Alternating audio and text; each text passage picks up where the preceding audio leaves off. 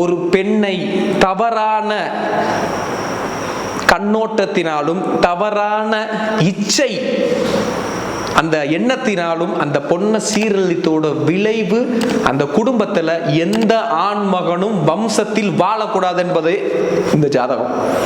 இப்பரம்பரை ஜாதகம். பரம்பரையாக பெண் குழந்தைகளை மற்றும் ஈன்றெடுக்கக்கூடிய இக்குலம்.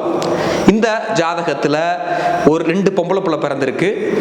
2வது பொம்பளை பிள்ளை என்னடா வாழ்க்கை என்னடா செய்யணும்னு சொல்லி விரக்தியில உட்கார்ந்துருக்கு. 30 வயசு ஆயிடுச்சு, கல்யாணம் ஆகல. இந்த பொண்ணுக்கு வந்து பாத்தீங்கன்னா 88, லவ் மேரேஜ், குலம் மாறிய கல்யாணம், அட் த சேம் டைம் குழந்தை இல்லை, புத்திரம் யோகமே இல்லை. உங்களுக்கு நல்ல வாழ்க்கையும் அட் த சேம் டைம் இவங்களுக்கு குழந்தை வரம் கிடைச்சு உங்க அம்மாவோடைய ஆசீர்வாதத்தோட, இன்னும் அப்பன் முருகன் ஆசீர்வாதத்தோட நீங்க நல்லா இருப்பீங்க. தேங்க்யூ.